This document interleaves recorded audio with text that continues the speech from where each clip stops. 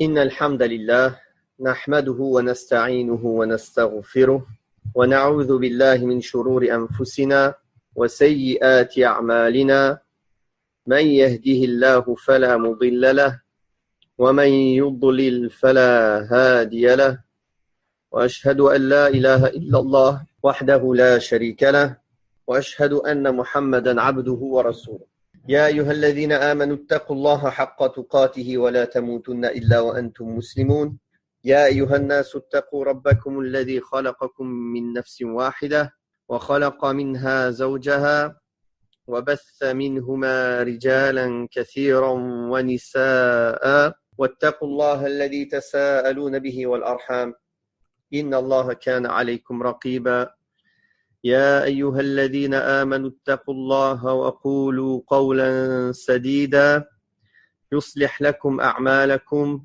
ويغفر لكم ذنوبكم ومن يطع الله ورسوله فقد فاز فوزا عظيما أما بعد فإن أصدق الحديث كتاب الله وخير الهدي هدي محمد صلى الله عليه وسلم وشر الأمور محدثاتها وكل محدثة بدعة وكل بدعة ضلالة وكل ضلالة في النار اللهم اشرح لي صدري ويسر لي أمري واحلل عقدة من لساني يفقه قولي.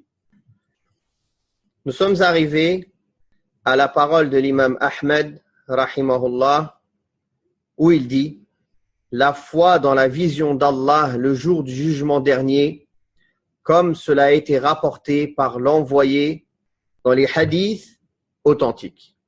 L'envoyé, sallallahu alayhi wa sallam, a vu son Seigneur. Cela nous a été transmis de façon authentique par Qatada, le tenant de Ikrimah, le tenant de Ibn Abbas.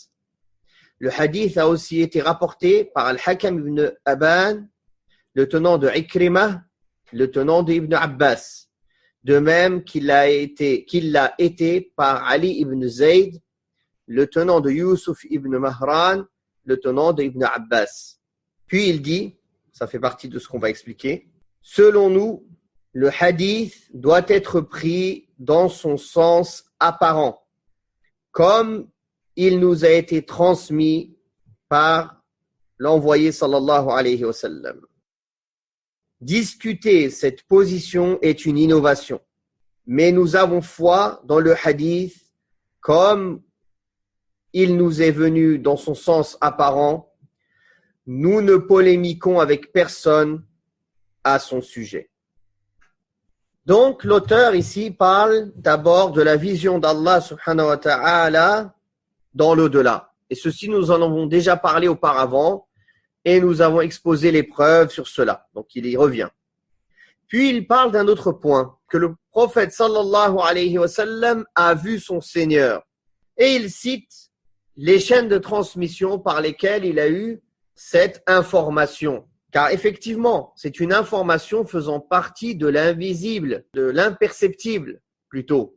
Comme on a dit que la meilleure traduction de Al-Ghaib, c'est imperceptible. Car invisible, cela concerne que ce qui n'est pas vu par les yeux. Alors que imperceptible, cela concerne ce qui n'est pas perçu par les sens en général, ni par les yeux, ni par l'ouïe, ni par le toucher, ni par l'odorat. Donc, c'est plus juste de dire l'imperceptible. Car les choses de l'au-delà, on ne peut pas les entendre ici. On ne peut pas les toucher ici. On ne peut pas les voir ici. Invisible n'est pas une traduction complètement fausse, mais elle ne reflète qu'un sens du mot, alors que imperceptible englobe plus généralement le mot al-ghaib, comme ceci a été détaillé dans les différents dictionnaires de langue arabe.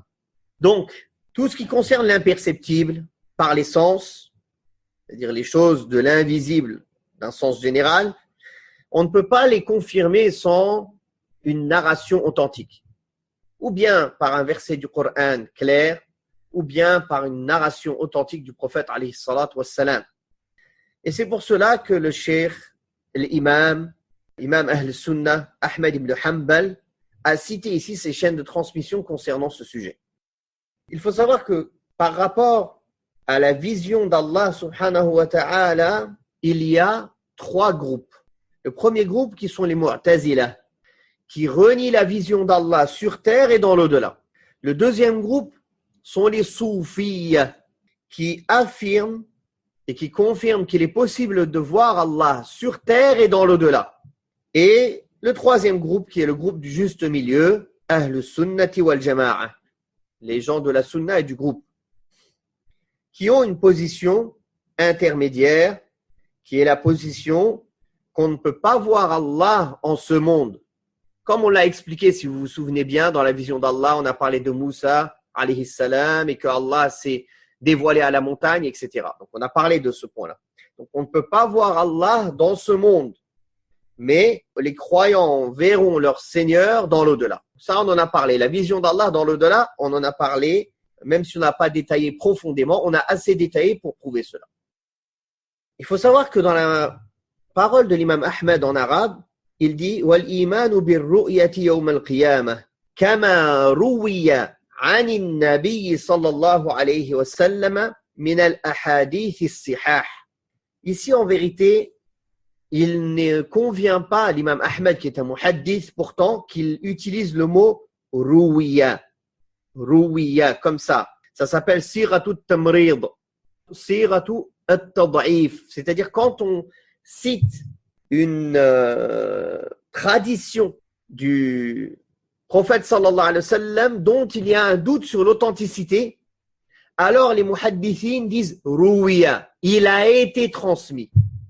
À la différence de quand ils sont sûrs de l'authenticité du hadith, ils n'utilisent pas ce terme, ils disent pas ruwiya, mais ils utilisent rawa fulan, ou haddathana, ou akhbarana. Ils n'utilisent pas, comme ils disent, al-mabni lil-majhoul, al-mabni lil-majhoul, c'est-à-dire on nous a rapporté, il fut rapporté, sans désigner qui, sans désigner une personne. Il n'y a pas de sujet ici. Donc ça, c'est une manière chez les muhaddithines de faire sous-entendre que le hadith n'est pas authentique. Alors, concernant les hadiths de la vision d'Allah subhanahu wa ta'ala, ils sont authentiques au plus haut degré d'authenticité et ils sont très nombreux. Donc, il n'y a aucun doute sur cela.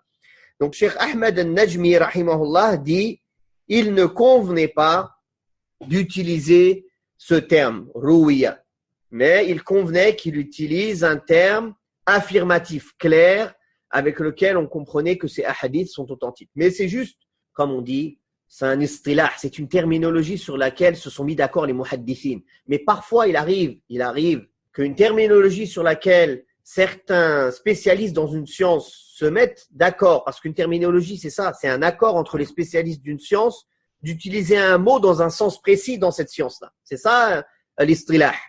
Donc, parfois, il arrive que même ces spécialistes-là eux-mêmes, dans leurs livres ou dans leurs paroles, dans leurs écrits, sortent de cette règle. C'est-à-dire qu'ils vont utiliser le sens dans la langue arabe et ils ne vont pas s'attacher à la définition terminologique de ce terme. Ou parfois, c'est par inattention. Parfois, c'est parce qu'ils parlent dans la langue que les gens comprennent, dans le sens que c'est juste un sens dans la langue arabe et non pas le sens voulu dans la terminologie de la science du hadith.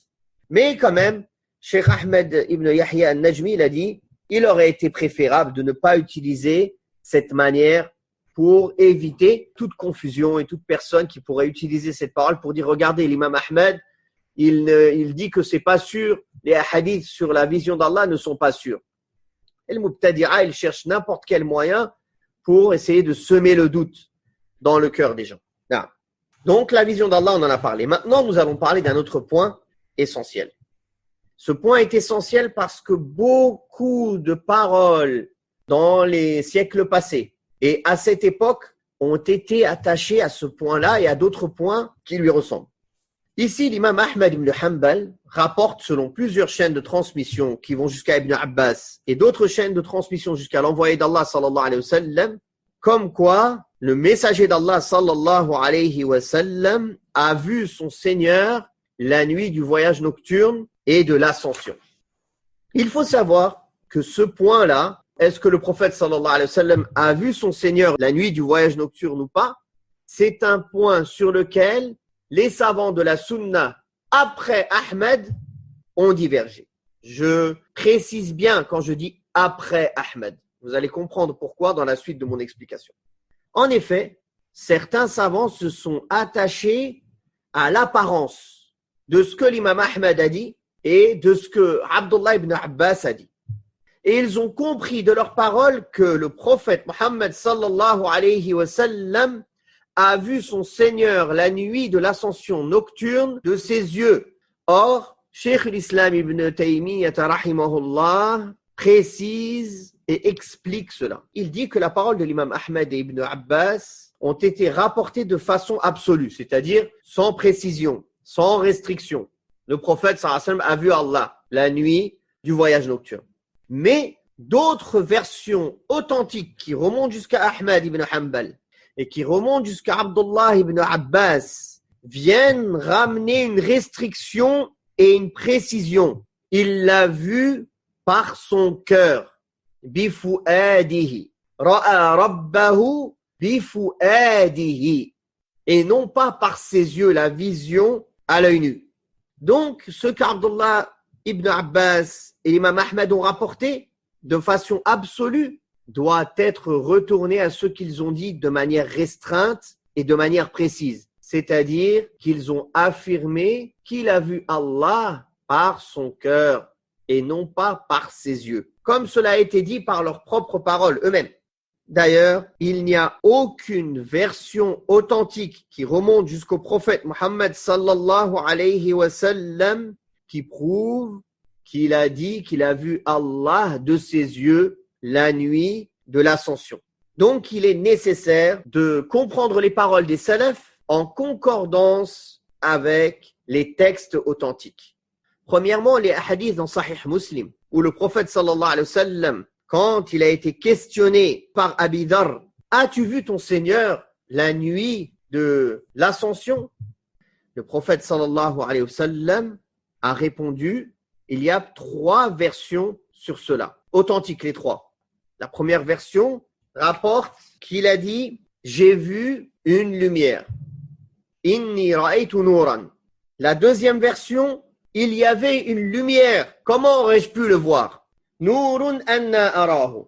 Et la troisième version, Nurun inni arahu. Une lumière que j'ai pu voir. Les 3 versions sont authentiques, rapportées par l'imam Muslim, rahimahullah. Donc le prophète sallallahu alayhi wa sallam lui-même a dit, Anna arahu. Comment aurais-je pu le voir? Lui-même, il renie le fait qu'il ait vu son Seigneur, subhanahu wa ta'ala, par ses propres yeux.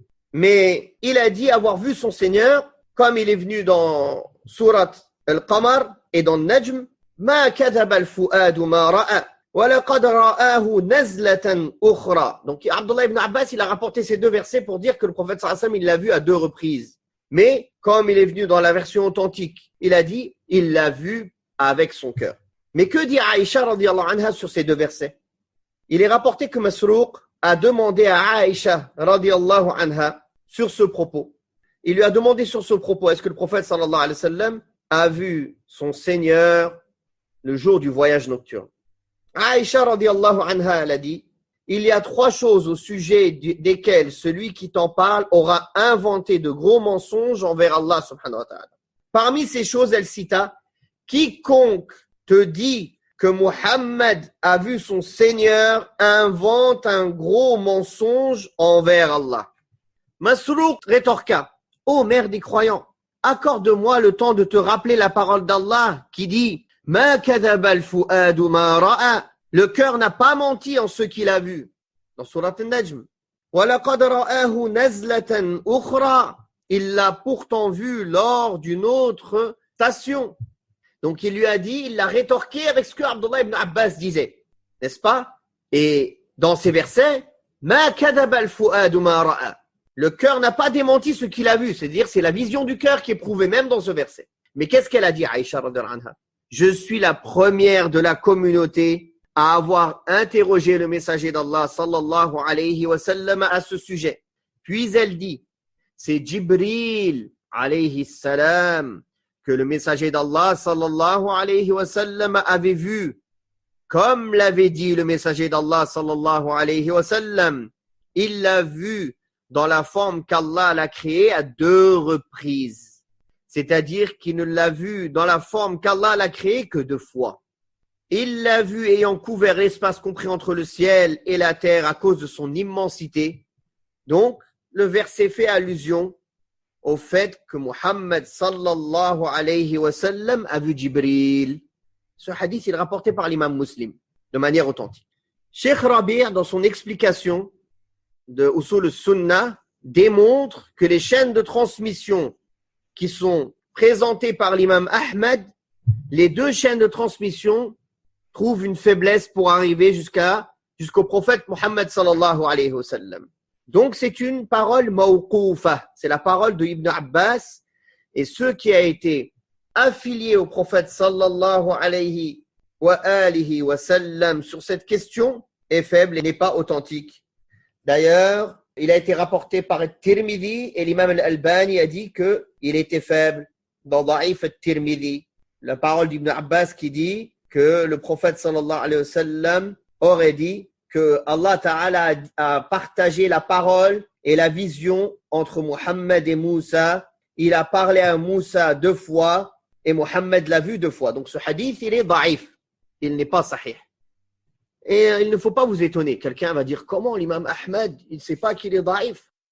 Les muhaddithin, ils peuvent parfois se tromper, comme tout homme, dans le jugement sur un hadith, sur une chaîne de transmission. Ça, c'est un. Mais, alhamdulillah, Allah a mis d'autres hommes, d'autres muhaddithin pour parler sur le hadith et prouver sa faiblesse. C'est pour cela, barakallahu fikum, les musulmans, ahl sunnah, ils doivent savoir comment se comporter quand il y a des divergences. C'est ça le gros problème de la Ummah aujourd'hui. Ils ne savent pas. Quand d'éminents savants divergent sur un sujet, ils sont perdus. Et chacun veut forcer l'autre groupe à suivre son opinion. Pourquoi? Juste parce que c'est le cher que j'aime. Par pur fanatisme et ignorance. Non pas sur des arguments. Ah, c'est lui qui a raison. Pourquoi il a raison? Parce que c'est le meilleur. Qui t'a dit que c'est le meilleur? Même si c'était le meilleur. Le meilleur, il n'a pas toujours raison. Il y a des gens qui ont moins de science que d'autres savants, des savants qui ont moins de science que d'autres savants, mais sur certains points, ils ont raison. Et l'autre savant qui a plus de science, il n'a pas raison. La vérité ne se reconnaît pas par les hommes. La vérité se reconnaît par les preuves. Par les preuves. Et si les savants ne faisaient pas d'erreur, ils seraient des prophètes. Car seuls les prophètes ne font pas d'erreur dans la transmission du message. Donc le fait de ne pas accepter que les savants, aussi éminents soient-ils, de ne pas accepter de dire qu'un savant a pu faire une erreur, c'est lui donner le rang de prophète. Et ça, c'est une erreur grave en réalité dans la croyance.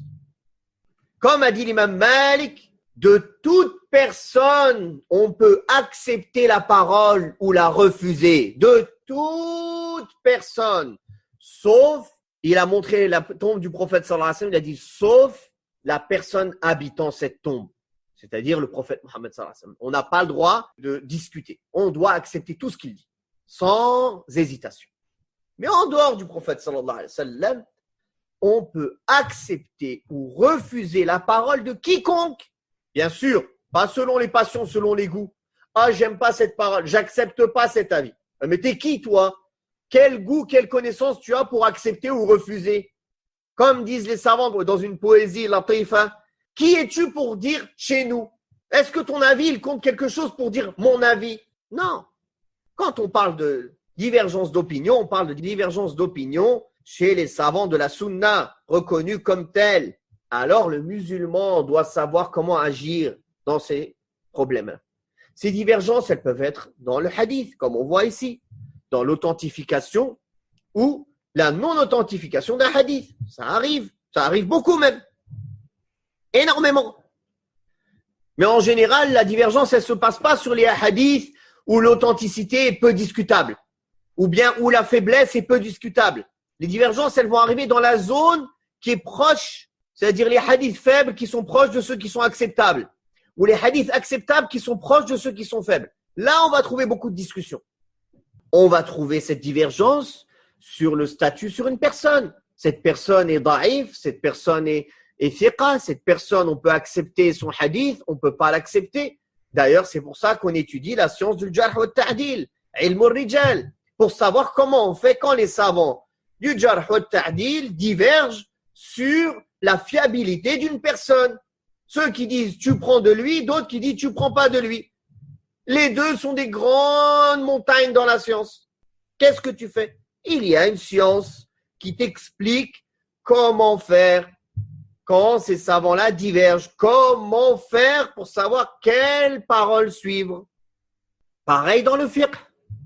Pourquoi on étudie usul al-fiqh? Pourquoi on étudie les fondements de la jurisprudence? Pourquoi on étudie mustalah al-hadith, la science du hadith? Pourquoi? Pour savoir, quand on arrive devant les divergences des savants, qu'on ait les outils pour savoir quelle est la parole juste, quelle est la parole moins juste ou fausse. De toute façon, auprès d'Allah, il n'y a qu'une parole vraie. Il ne peut pas y avoir deux paroles vraies. Ça n'existe pas. La vérité ne se multiplie pas, que ce soit dans les sujets fondamentaux ou dans les détails. Il y a une vérité auprès d'Allah. C'est que chez les philosophes et chez les soufis et les égarés qui disent la vérité, elle se multiplie. Tout le monde a raison. C'est blanc et c'est noir, tout le monde a raison. C'est un égaré et c'est quelqu'un de la sunna, tout le monde a raison. Comment tout le monde peut avoir raison? Mais il y a des points dont la connaissance de la vérité nécessite un certain effort, qui ne sont pas aussi clairs que les fondamentaux, que les bases. Surtout les points sur lesquels il y a l'effort humain qui entre en compte. L'effort d'un savant pour pouvoir juger une situation, pour pouvoir juger un cas, pour pouvoir juger une personne, pour pouvoir juger une parole. Dans les fatawa, pareil, les savants divergent dans la fatwa. Halal, haram. Un, il te dit halal, l'autre, il te dit haram. Comment tu fais? Il faut s'habituer à ça, barakallahu fikum. Aujourd'hui, on trouve encore le commun des gens, je comprendrais. Mais les salafis, ils sont perdus. Dès qu'il y a divergence, ils sont perdus. Tout le monde s'attaque l'un l'autre. Personne n'a la raison. Sauf à qui Allah fait grâce. La divergence, c'est quelque chose de normal chez l'être humain. Ils ne peuvent pas tous réfléchir pareil. Mais la divergence n'est pas quelque chose d'aimé par Allah. On doit chercher à la repousser. On doit chercher à s'unir. On doit chercher la vérité. Mais quoi qu'il arrive, on divergera. On divergera. Il y en a qui vont se tromper. Il y en a qui vont avoir raison. L'important, c'est de savoir rester objectif dans toutes les situations et d'étudier profondément la science pour avoir les outils et comprendre comment agir face à la divergence. Sans science, la personne, elle va suivre ses passions. Elle ne saura pas comment suivre la vérité. Sa base de données, sa base de mesures est complètement faussée. S'il va connaître la vérité seulement par rapport à ses goûts ou à sa culture à lui, si sa culture et sa connaissance est limitée, donc sa possibilité de connaître le vrai du faux est limitée, est très limitée. Mais malgré cela, il devra faire l'effort. La yukallifullahu nafsan illa wus'aha. Allah ne charge pas une âme au-dessus de ce qu'elle est capable de supporter. Tout le monde doit faire l'effort. Et la différence entre les savants et le commun des gens, c'est que les savants, ils font l'effort d'interprétation et de déduction directement sur les textes. Alors que le commun des gens, quand il y a besoin, quand il y a une divergence sur laquelle ils ont besoin de choisir un avis, alors ils feront l'effort de compréhension sur les avis des savants et essayer de prendre celui qui paraît le plus juste selon les preuves qu'il avance. Non pas parce qu'il convient à ma façon de penser, non pas « Ah, ce cheikh, il est mashallah. Pourquoi tu prends cet avis? Il n'y a que lui qui a raison.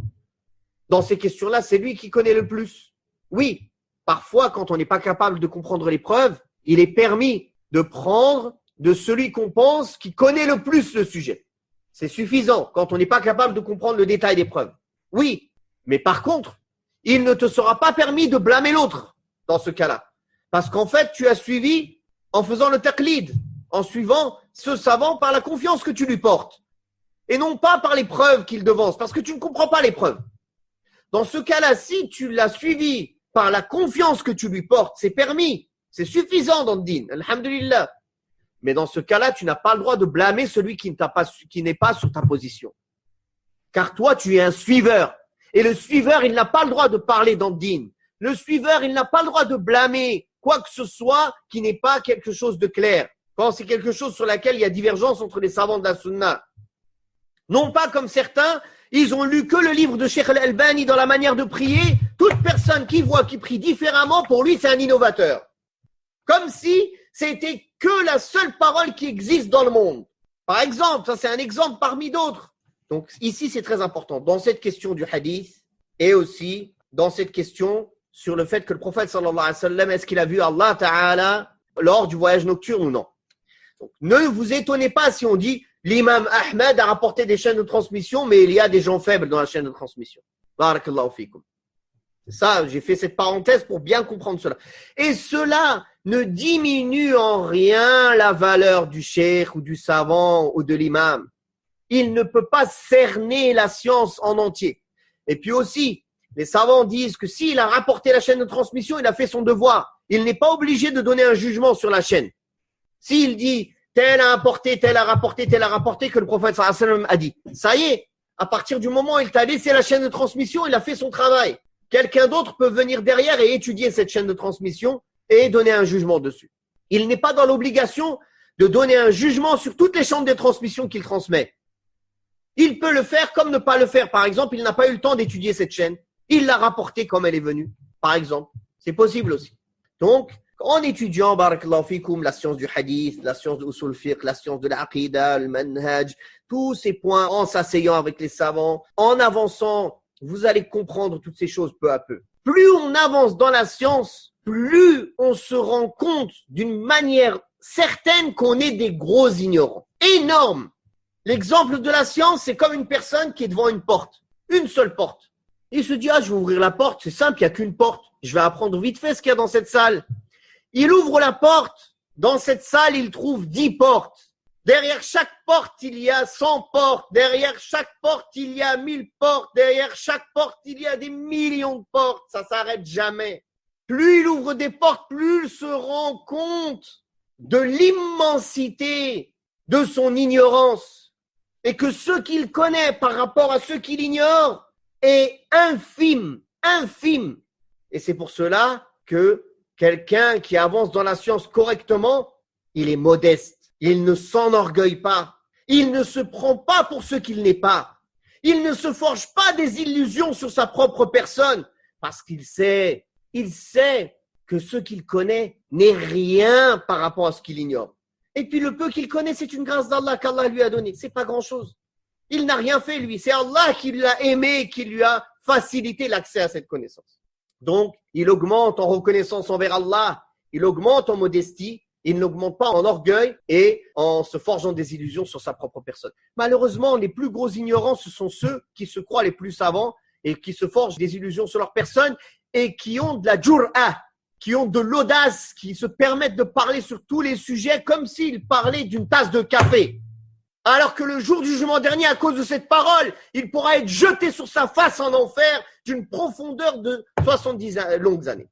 Si seulement celui qui ignore se taisait, il serait resté en paix et il aurait laissé les autres en paix. Le bien, la vérité aurait augmenté et le faux aurait diminué, comme a dit Al-Hafiz Al-Mizzi, rahimahullah. Donc, pour revenir à notre question sur le fait, est-ce que le prophète sallallahu alayhi wa sallam a vu Allah dans l'au-delà? Et est-ce que les salafs ont divergé sur ce point? On se rendra compte qu'en réalité, ils n'ont pas divergé. En vérité, ni Abdullah ibn Abbas, ni Aïcha, ni les Sahaba, ni l'imam Ahmed ont divergé sur ce point. Car Abdullah ibn Abbas et l'imam Ahmed ont dit que le prophète sallallahu alayhi wa sallam a vu Allah par son cœur. Et Aïcha, elle a réfuté le fait que le prophète sallallahu alayhi wa sallam ait vu Allah par ses yeux. Donc, ils n'ont pas divergé. Donc, dire que les Sahaba ont divergé sur la croyance est faux. En réalité, après l'imam Ahmed, il y a eu divergence entre certaines personnes de la Sunna, entre ceux qui ont compris de l'imam Ahmed et Abdullah ibn Abbas, qu'ils ont voulu par cela affirmer que le prophète sallallahu alayhi wa sallam a vu Allah par ses yeux, et ceux qui ont compris l'autre compréhension, qui se sont attachés à la parole de Aïcha. Mais ça, c'est venu après l'imam Ahmed. Chez les Sahaba, il n'y a pas eu de divergence. Ça, c'est un. Deuxièmement, même si on disait qu'ils ont divergé, on va dire les gens de la Sunna ont divergé. Les Sahaba n'ont pas divergé. Les gens de la Sunna, après l'imam Ahmed, ont divergé sur cette question. Mais est-ce que cela veut dire qu'ils ont divergé dans la croyance? Non. Tous, ils sont d'accord sur le fait que on voit Allah dans l'au-delà. Ils ne renient pas la vision d'Allah. Tous, ils sont d'accord que sur cette terre, on ne voit pas Allah de nos yeux. Donc, ils sont d'accord sur les fondements de la croyance. Ils divergent à cause du fait, est-ce qu'ils rendent authentique une parole qui est attribuée au prophète sallallahu alayhi wa sallam ou non? Pareil, entre ceux qui ont compris de la parole de l'imam Ahmed ibn Hanbal et Abdullah ibn Abbas, qu'ils ont voulu par cela affirmer que le prophète sallallahu alayhi wa sallam a vu Allah Ta'ala de ses propres yeux. Mais en réalité, ils n'ont pas divergé sur la croyance de la vision d'Allah.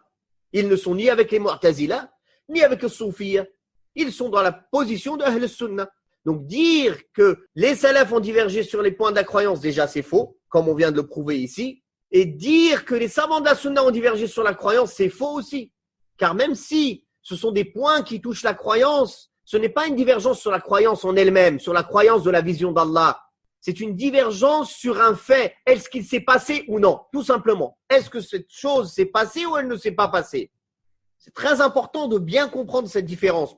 Aujourd'hui, les gens de la bid'a disent, mais pourquoi autant de problèmes? Pourquoi on est là à dire les Asha'ira, les Maturidiyya, et de là à les fustiger parce que ce sont des innovateurs? C'est pas grave. Même les Sahaba, ils ont divergé dans la croyance. Ça ne les fait pas sortir de Ahl Sunnah. C'est ça qu'ils disent. Donc pour eux, celui qui a des croyances sur les attributs et les noms d'Allah, qui sont comme les croyances des philosophes et des hindous et des perses, contradictoires à ce que le prophète sallallahu alayhi wa sallam a rapporté, c'est des gens de la sunna. Allahu Akbar. Avec eux, il ne restera plus de sunna ni de bid'a. Demain, la religion sera la religion perse, il n'y aura pas de souci. Pour eux, il n'y a aucun souci, c'est pareil, tout ça c'est bon. Donc, attention à certaines paroles qui paraissent anodines, mais derrière elles cachent des montagnes d'égarements. Cette parole de dire, les sahaba, ils ont divergé dans la croyance. Puis il a dit, rahimahullah ta'ala, imam Ahl Sunnah, la foi dans la balance le jour du jugement dernier, comme cela nous est parvenu. Le serviteur sera pesé le jour du jugement dernier. Il ne pèsera pas plus qu'une aile de moustique. Et les actes des serviteurs seront pesés comme cela est venu dans le athar. Dans le athar, on a dit le athar, ça voulait dire quoi? Ce qui a été rapporté dans les textes, ce qui a été rapporté de manière authentique. On a foi dans cela, on le considère comme vrai, on s'éloigne de celui qui trouverait à y redire et on s'abstient de polémiquer avec lui.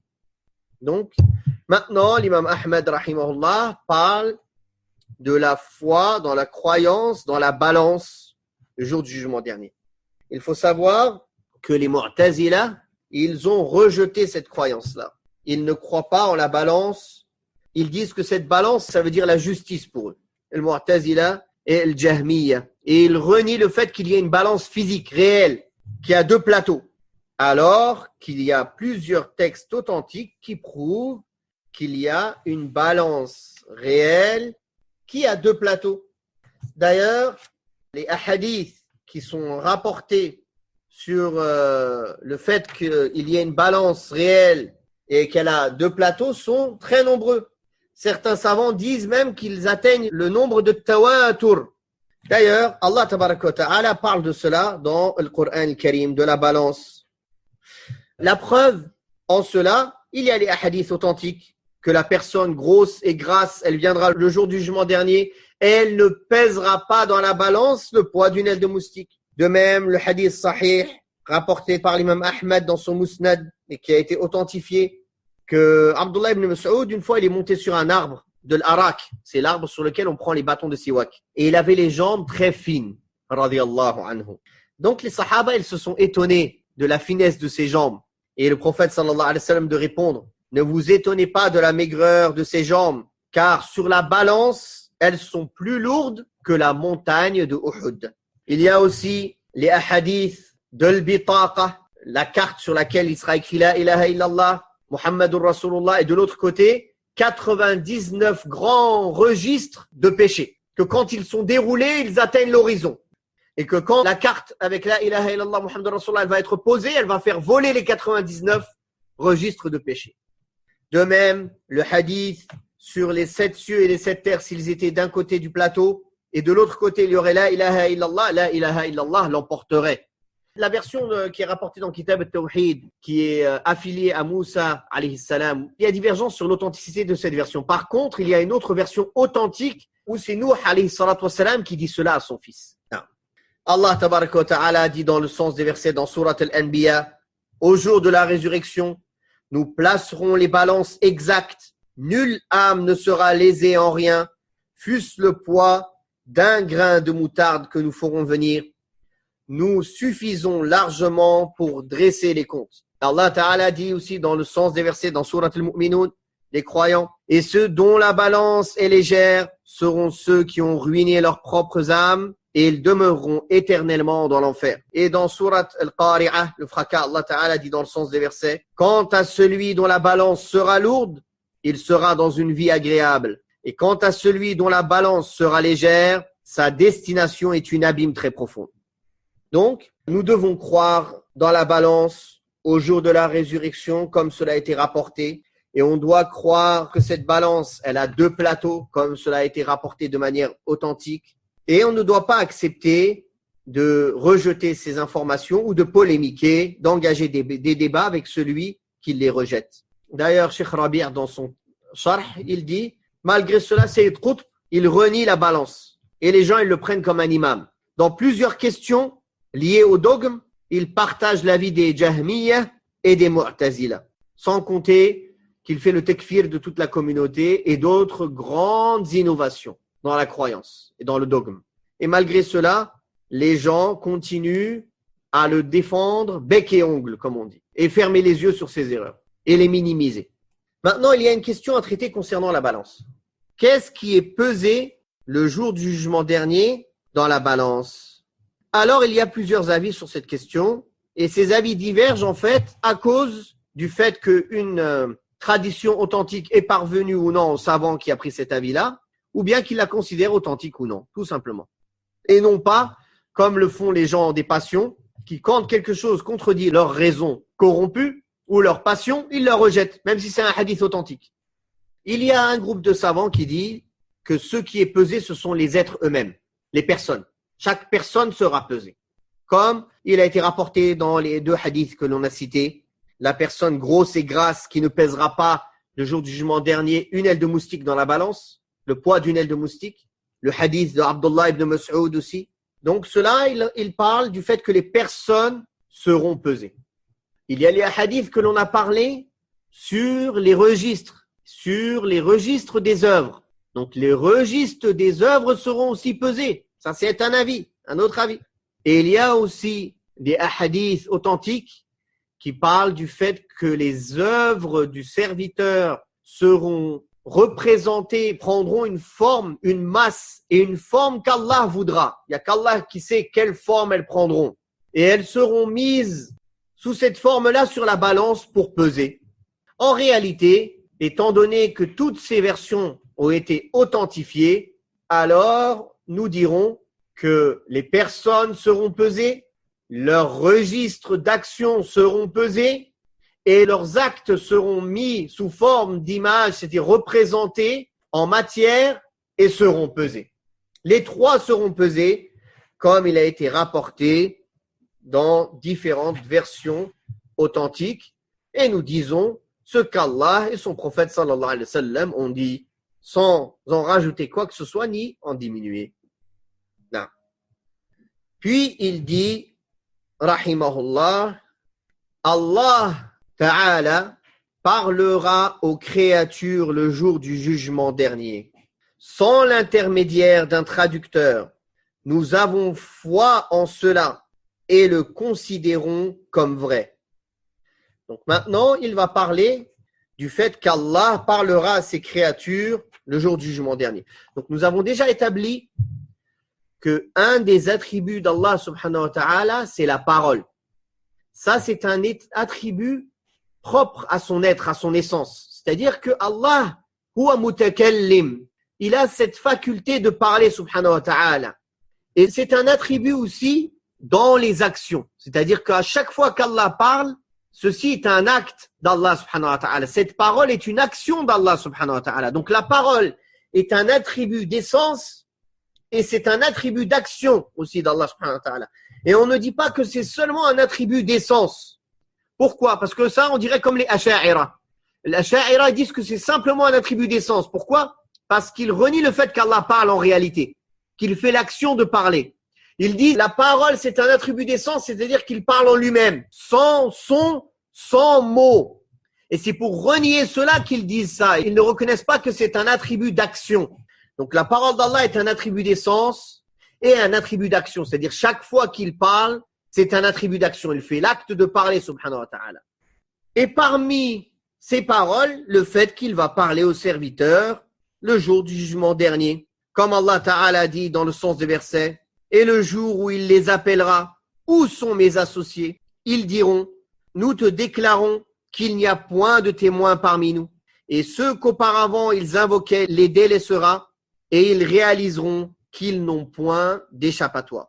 Et dans le sens aussi de sa parole subhanahu wa ta'ala, et le jour où il les appellera, il dira, où sont ceux que vous prétendiez être mes associés? Donc, dans ces versets, il est clairement dit qu'Allah va les appeler, donc il va leur parler. Et l'appel ne se fait qu'avec des lettres et une voix qui sied à Allah subhanahu wa ta'ala, à sa grandeur et sa majesté. De même qu'il est venu dans les hadiths authentiques, qu'il va demander aux gens du paradis, êtes-vous satisfaits? Voulez-vous que je vous ajoute une chose? Donc il va parler aux gens du paradis, subhanahu wa ta'ala. De même, les hadiths authentiques, que Allah ta'ala va parler à chaque personne sans aucun interprète directement. De même qu'il a parlé auparavant à Moussa, à Muhammad et à Jibril alayhim salat wassalam. De même qu'il parle aux anges. Donc, la parole fait partie des attributs de perfection d'Allah subhanahu wa ta'ala. Donc, on doit retenir cela, que Allah parle à ses serviteurs le jour du jugement dernier. Puis, imam Ahl Sunnah Ahmad ibn Hanbal, rahimahullahu rahmatan wasi'ah, wa radiya anhu, a dit, et la foi dans le bassin consiste à avoir foi dans le fait que le messager d'Allah, sallallahu alayhi wa sallam, aura un bassin le jour du jugement à la source duquel boira sa communauté.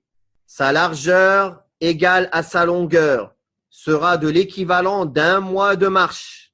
Ses récipients seront aussi nombreux que les étoiles dans le ciel, conformément aux akhbar et athar, conformément aux différentes informations qui nous sont parvenues et aux différents textes authentiques, par plus d'une voie de transmission, c'est-à-dire qu'ils sont nombreux. Non. Il faut savoir, quand on lit les textes de Usul Sunnah, il y a des paroles qui reviennent. Hadith, athar, akhbar. Khabar, athar, hadith. En vérité, khabar, c'est les informations. Athar, ce sont les textes. Hadith, ce sont aussi les traditions. En vérité, ils viennent à la base dans un même sens. Un hadith, il peut être appelé athar. Et un hadith, il peut être appelé khabar. Mais dans l'usage, quand on dit hadith, on entend par cela ce qui est rapporté du prophète sallallahu alayhi wa sallam et affilié à lui. Alors que quand on dit athar ou khabar, en général, cela est beaucoup plus utilisé dans le sens de ce qui est rapporté des compagnons ou des salafs. Mais en réalité, chez les muhaddithin ou chez les savants, ou même ici quand l'imam Ahmed en parle, quand il parle des khabar et des athar et des hadiths authentiques, il parle des ahadiths. Car les choses sur l'invisible ne peuvent pas venir des sahaba radiyallahu anhum, ni des salafs. Ils ne peuvent pas affirmer des choses sur l'invisible sans que cela ne leur ait été enseigné par le prophète sallallahu alayhi wa sallam. Car personne ne connaît les choses de l'imperceptible plutôt. Mais ce n'est pas faux. Invisible, comme je vous ai dit, ce n'est pas totalement faux. Mais cela reflète qu'une partie du vrai sens. Non. Donc ici, l'imam Ahmad ibn Hanbal parle de la foi, de la croyance dans le bassin. La croyance dans le bassin, c'est le fait de croire que Allah subhanahu wa ta'ala a donné à son prophète et messager bien-aimé Muhammad sallallahu alayhi wa sallam un bassin, Al-Kawthar. Ce bassin-là est une des spécificités par lesquelles Allah subhanahu wa ta'ala a gratifié le prophète Muhammad sallallahu alayhi wa sallam. Le prophète sallallahu alayhi wa sallam dit dans un hadith rapporté par l'imam al-Bukhari que la longueur et la largeur de ce bassin, elles sont équivalentes et elles sont d'une distance d'un mois, c'est-à-dire la distance qu'on parcourt en un mois. Et que sa longueur et sa largeur sont égales, comme on a dit, comme c'est rapporté dans le hadith rapporté par l'imam Muslim. Il a été rapporté dans d'autres hadiths rapportés par l'imam Muslim et par le Bukhari, les deux, une version qui dit que sa superficie s'évalue entre la ville de Médine et de Sana'a, à peu près 1500 km. Et dans une autre version authentique, il est rapporté que sa superficie s'évalue de la distance de Aïla à Sana'a. Aïla, c'est une ville qui n'existe plus, un village qui n'existe plus, qui est à Al-Aqaba en Jordanie. Ce qui donnerait à peu près 2200 km. Allah tabaraka wa ta'ala a fait grâce à son prophète Muhammad sallallahu alayhi wa sallam de cela. Et il lui a dit « Inna a'taynaka al-kawthar » Nous t'avons certes accordé l'abondance. « Fasalli li rabbika wanhar, inna shani'aka huwa al-abtar » Et cela fait partie des meilleures choses et des meilleures grâces qu'Allah tabaraka wa ta'ala ait accordé à son serviteur Muhammad sallallahu alayhi wa sallam. De même qu'il est rapporté de manière authentique, de plusieurs versions qui sont toutes authentiques, qu'il y aura des gens qui seront refoulés et rejetés de ce bassin. Dans certaines versions, le prophète sallallahu alayhi wa sallam dit « Ashabi, ashabi » mes compagnons, mes compagnons. Dans d'autres variantes authentiques, il dit « Ummati, ummati » ma communauté, ma communauté. C'est-à-dire qu'il va les accueillir, car le prophète sallallahu alayhi wa sallam ne connaît pas ce qu'il y a dans les poitrines. Donc il va voir selon les signes apparents, les signes des ablutions par lesquels il peut reconnaître sa communauté. Et il va aller pour les accueillir, pour vouloir leur donner l'honneur de boire de ce bassin. Et les anges vont se dresser entre lui et eux. À ce moment-là, le prophète sallallahu alayhi wa sallam va dire « Ashabi, ashabi » Dans une autre variante, ummati, ummati, ma communauté, ma communauté, mes compagnons, mes compagnons.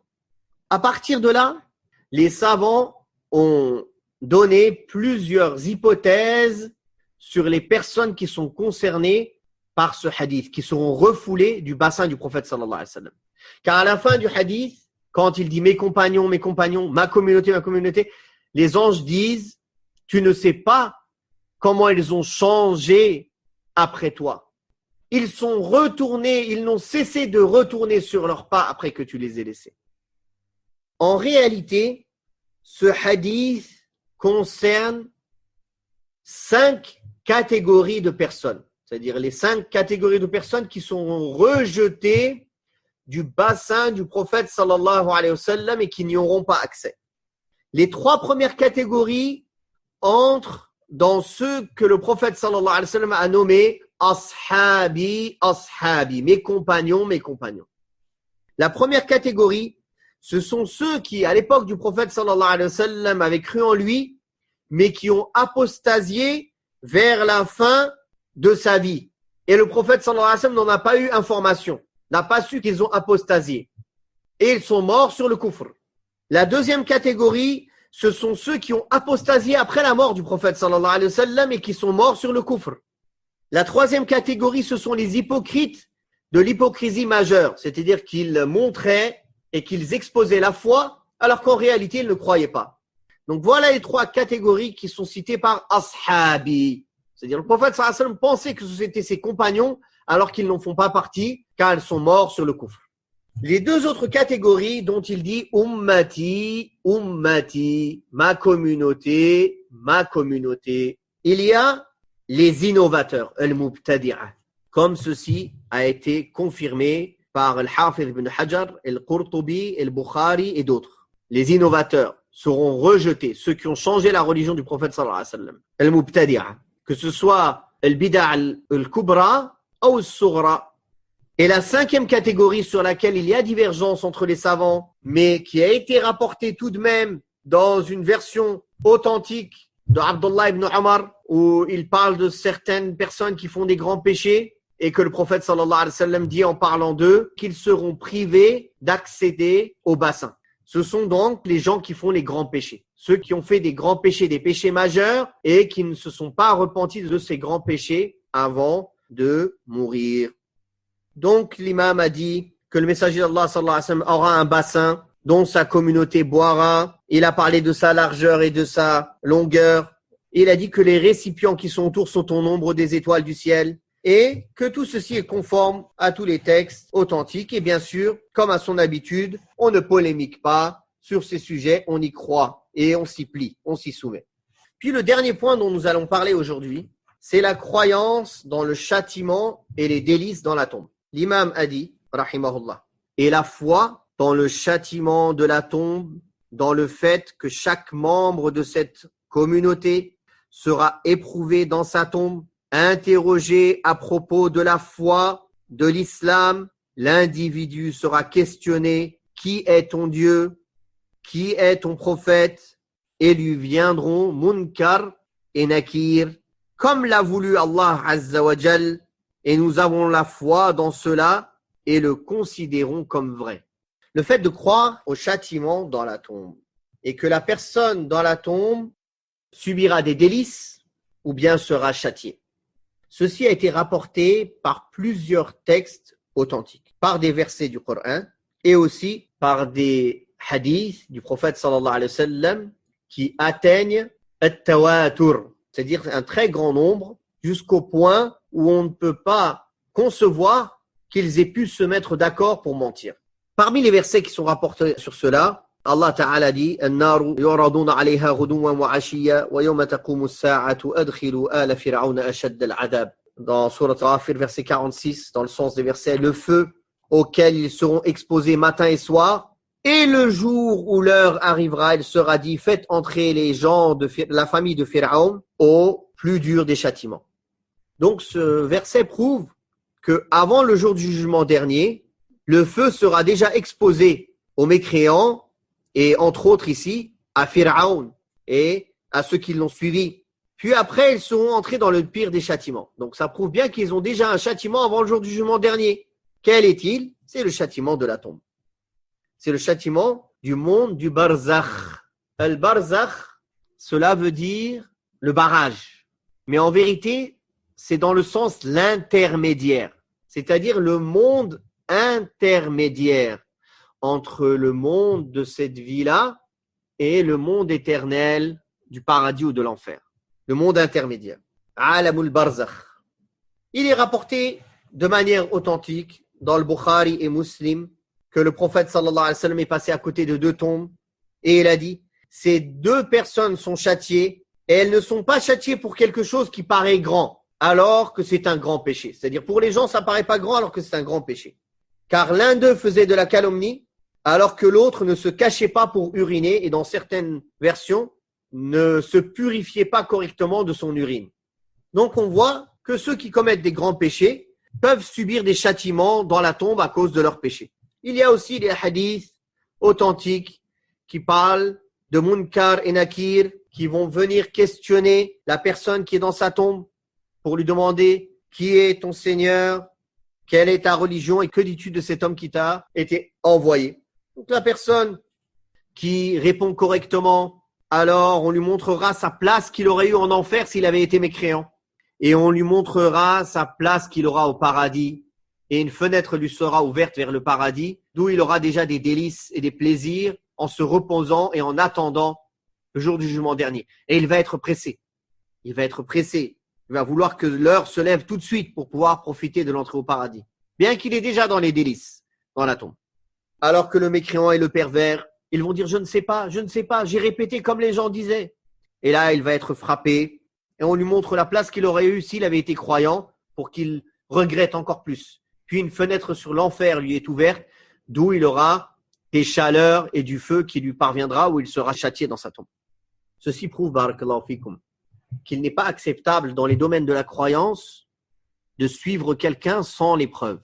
Car celui-là dit, je ne sais pas, j'ai dit comme les gens disaient. J'ai répété comme les gens répétaient. Et cela ne lui a pas suffi. Il se fera châtier du fait qu'il dise « J'ai répété comme les gens répétaient ». Subhanallah. D'où l'importance aux musulmans d'apprendre sa foi son dogme avec les preuves.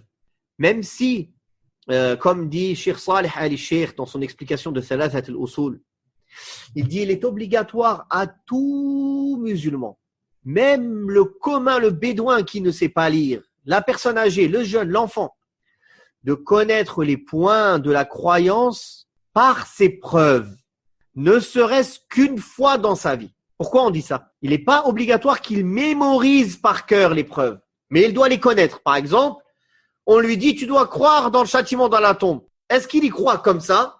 Non. Il faut au moins qu'il ait entendu le verset, le hadith, et qu'il sache qu'il y croit parce qu'il y a un verset authentique. Il y a un verset du Coran ou un hadith authentique qui parle de cela. Donc, il a accepté d'y croire après qu'il ait entendu la preuve. Même si après il ne mémorise pas le hadith ou le verset. Mais il s'en rappelle qu'il y a cru parce qu'il y a un verset, un hadith qui parle de ça. Ceci est obligatoire. Par contre, accepter de croire dans une chose qui fait partie du dogme sans preuve est interdit. D'ailleurs, le messager d'Allah sallallahu alayhi wa sallam a dit dans un autre hadith rapporté par Al-Bukhari et Muslim, vous serez éprouvés dans vos tombes de la même manière ou proche de l'épreuve de l'antéchrist, de Dajjal. De même, le prophète sallallahu alayhi wa sallam nous a enseigné dans un autre hadith rapporté par Al-Bukhari et Muslim de demander protection à Allah à la fin de la salat contre le châtiment de la tombe et le châtiment de l'enfer et contre l'épreuve de la vie et de la mort. Donc, l'épreuve concernant le châtiment dans le barzakh et ses plaisirs sont très très nombreuses et il n'y a aucun doute en cela. De même qu'il est prouvé, le hadith de Munkar et Nakir, que la personne sera questionnée sur sa foi, sur l'islam et sur sa pratique. Et d'ailleurs, le croyant, barakallahu fikum, il doit se plier à tout ce qui a été rapporté dans les textes. Il ne dit pas comment il rentre Munkar et Nakir dans la tombe. On y croit, on ne demande pas le comment. Allah, il a dit qu'ils vont rentrer dans la tombe, ils vont poser la question. Ils vont rentrer dans la tombe, ils vont poser les questions. Point. Comme l'ange qui est envoyé dans les matrices pour écrire pour chaque enfant les 4 paroles, pour écrire sa subsistance, pour écrire le terme de sa vie, pour écrire est-ce qu'il sera heureux ou malheureux. De la même manière, les anges vont venir questionner dans la tombe. On y croit et on l'affirme et on ne demande pas comment. Allah Ta'ala dit Alif Lam Mim, ذلك الكتاب لا ريب فيه هدى للمتقين الذين يؤمنون بالغيب ويقيمون الصلاة ومما رزقناهم ينفقون. Alif Lam Mim, c'est le livre au sujet duquel il n'y a aucun doute, qui est un guide pour les pieux, ceux qui croient dans l'imperceptible, qui accomplissent la salat et qui dépensent dans l'obéissance d'Allah de ce que nous leur avons attribué. Les premiers versets de Surat Al-Baqarah.